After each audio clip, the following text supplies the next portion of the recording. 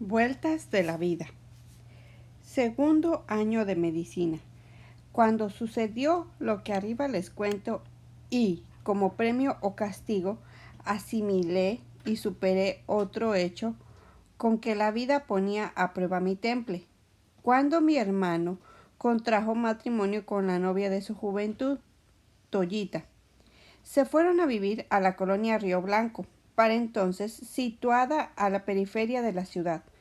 Coincidió con la noticia que me dio mi padre de que las deudas e hipotecas que había adquirido con el señor Galván de Matamoros y mediante las cuales había estado sosteniendo nuestros estudios, apoyado por la invaluable ayuda de mis hermanos Ubaldo y Ernesto, lo estaban ahogando y ya era insostenible continuar con esa forma de vida, por lo que iba a vender el rancho de Burgos, pagar dicha deuda y lo poco que sobrara repartírselo entre ellos. Después confirmé que, por la causa que fuere, ya no podían solventar los gastos ocasionados por nuestra estancia en México y a la vez sostenerse ellos mismos en el municipio de Burgos. Esto debido a que, cuando se fue agravando la situación económica familiar, los estaban ahogando los altos intereses y ya no era posible responder a los pagos hipotecarios que requería dicho prestamista de Matamoros, pues en garantía pedía la venta de la cosecha por adelantado y a un precio, me imagino que más barato, y por supuesto a cambio recibían el efectivo necesario para sostenernos a nosotros y a ellos mismos, hasta que sucedió lo que tenía que suceder. Yo no me inmuté y le contesté a mi padre que no se preocupara, porque yo ya estaba en segundo de medicina, que ya trabajaba y que me podría sostener por mis propios medios en la Ciudad de México. Claro, todo eso era mentira, pues lo único que pretendía al hacer tal declaración era que mi padre no se angustiara por dejarme en el total desamparo debido a las consecuencias de sus actos negativos o no, y de ese modo pasara yo a formar parte de los fracasos estudiantiles de la familia. Y ahí empezó la parte difícil, miserable y precaria de mi vida. Entonces empecé a cosechar lo que había sembrado hasta entonces, la amistad. Mi compadre Arellano, al enterarse de mis infortunios, se ofreció a llevarme al lugar donde se alojaba en la calle de Díaz Mirón, donde se asistía con otros estudiantes, gracias a los cuidados de una abnegada anciana llamada Doña Panchita. Sostuvo por muchos días mi posición de mantenido hasta que yo comprendí que no debía ser tan encajoso, y para entonces conocí a un sinaloense compañero mío en la escuela de medicina y que hizo exactamente lo mismo que mi compadre Arellano: asilarme en su cuarto de asistencia, situado enfrente de la escuela. Me refiero a Hernando Ávila, que desde entonces no lo he vuelto a ver y siempre he querido que la vida me lo encuentre para abrazarlo efusivamente y patentizarle todo el agradecimiento que le tengo guardado en mi corazón. Lo mismo hice con Hernando, de no abusar de su generosidad, y recurrí entonces a mi amigo Lucio Medrano, que me tuvo en su departamento situado en la calle de Puente de Alvarado por una buena temporada. El mismo sistema adopté en cada uno de los lugares donde me dieron alojamiento gratis, como fue en las casas del estudiante de diferentes estados de la República. Por ejemplo, la de Zacatecano, Sinaloense, Tamaulipeco, etcétera, etcétera. Cada vez que mi situación privada y escolar fue empeorando y terminé derrumbándome, llegando a los estratos económicos y vivenciales más bajos, conviviendo con los paisanos más pobres de los pobres, durmiendo en cuartuchos abandonados, sin camas, sin cobijas, tapándonos en el vil suelo con cartones y periódicos, sacando los botes de la basura sobrantes de alimentos o tortillas duras que reblandecíamos al chorro del agua y luego calentábamos en una parrilla eléctrica. ¡Ah! ¡Qué delicia! Mis tripas lo agradecían, pues estaban hartas de estar vacías o medio engañadas con agua vil directa de la llave. Esto me recordó la época difícil y pobre que pasé en la infancia, allá en mi querido ejido Villa Cárdenas.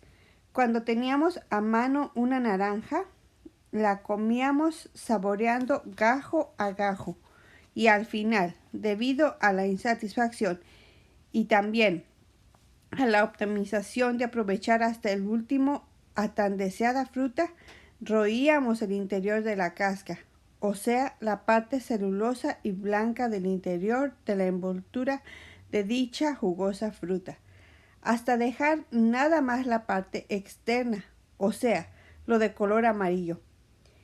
Pero aparecieron en mi vida otros paisanos.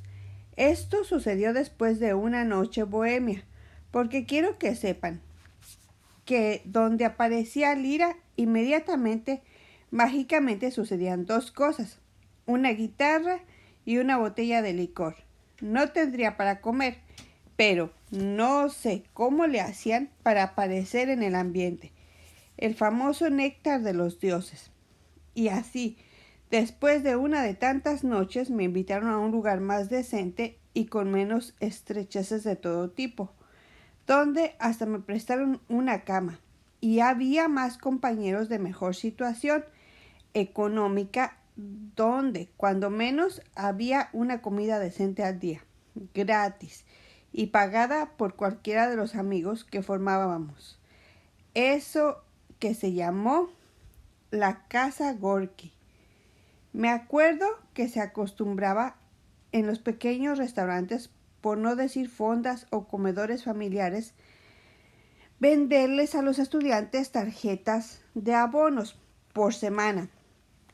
Y el que poseía una de esas deseadas tarjetas me invitaba a comer, y como las raciones las servían muy castigadas, o sea, un poco escasonas, pedíamos varias veces más dotación de tortillas para así llenar la hambrienta panza que exigía más cantidad de alimento. La tal casa Gorky estaba situada en un destartalado edificio enfrente de la escuela de medicina, a la cual ya le habían quitado la palabra rural. Quiero aclararles que la tal escuela fue fundada por Lázaro Cárdenas, orientada para servir a los campesinos, y por eso la bautizó como Escuela Superior de Medicina Rural. Estimaban algunos egresados y los políticos que ese término era ofensivo, peyorativo y perjudicaba a su desarrollo profesional, pues se creía que al presentarnos ante la sociedad se nos iba a discriminar de alguna u otra manera.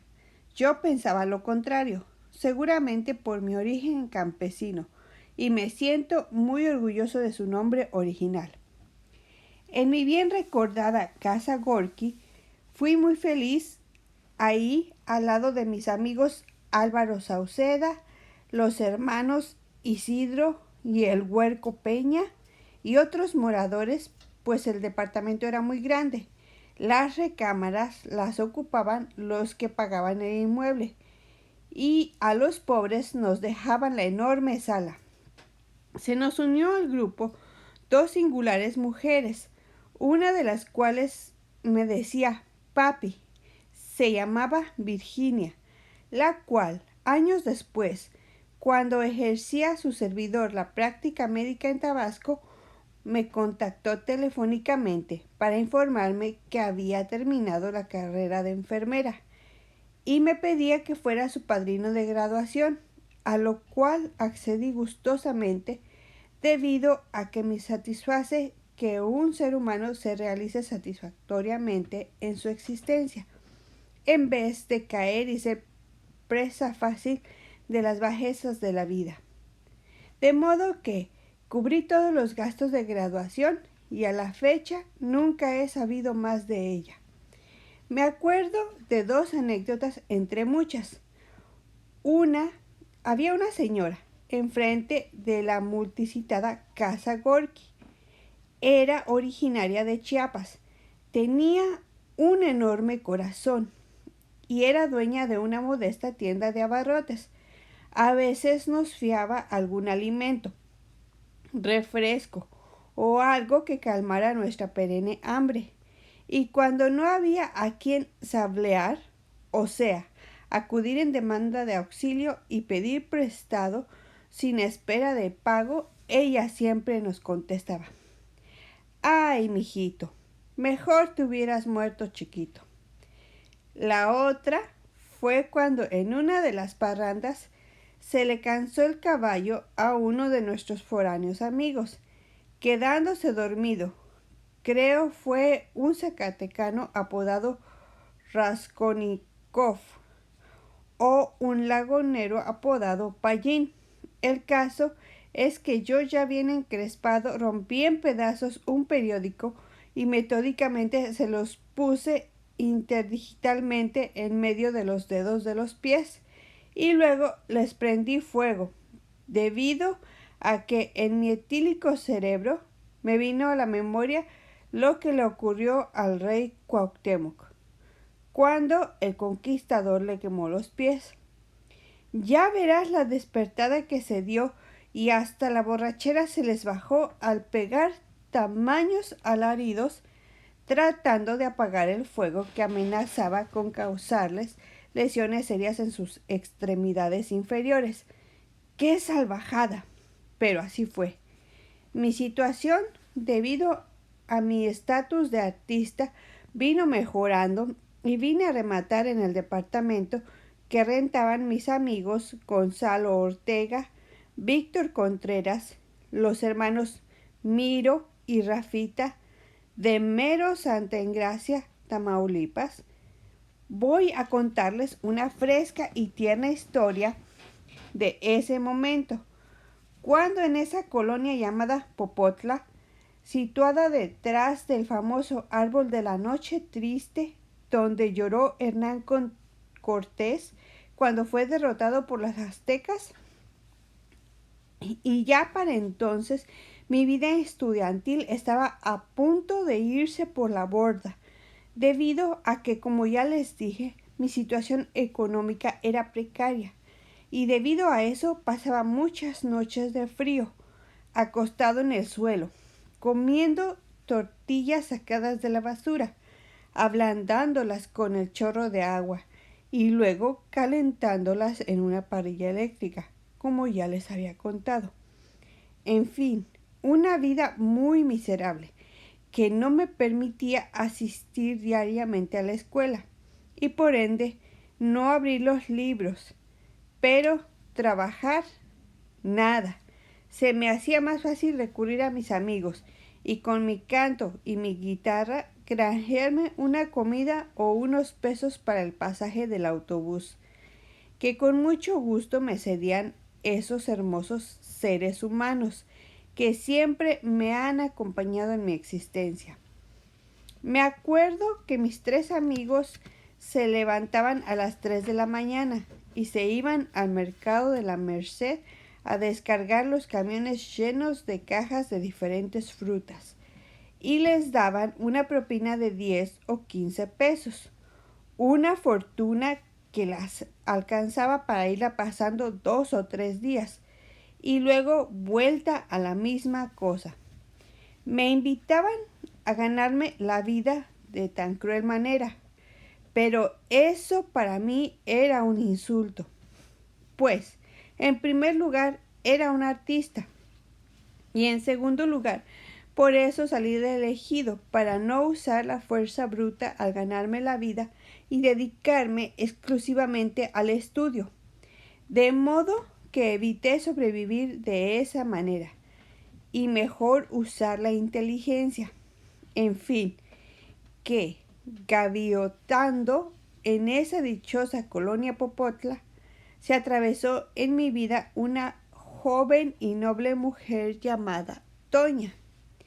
Ella me arropó, me impuso a superar el trance amargo de vivir una vida inútil, de superar el problema de reprobar algunas materias en la escuela y otras situaciones vivenciales.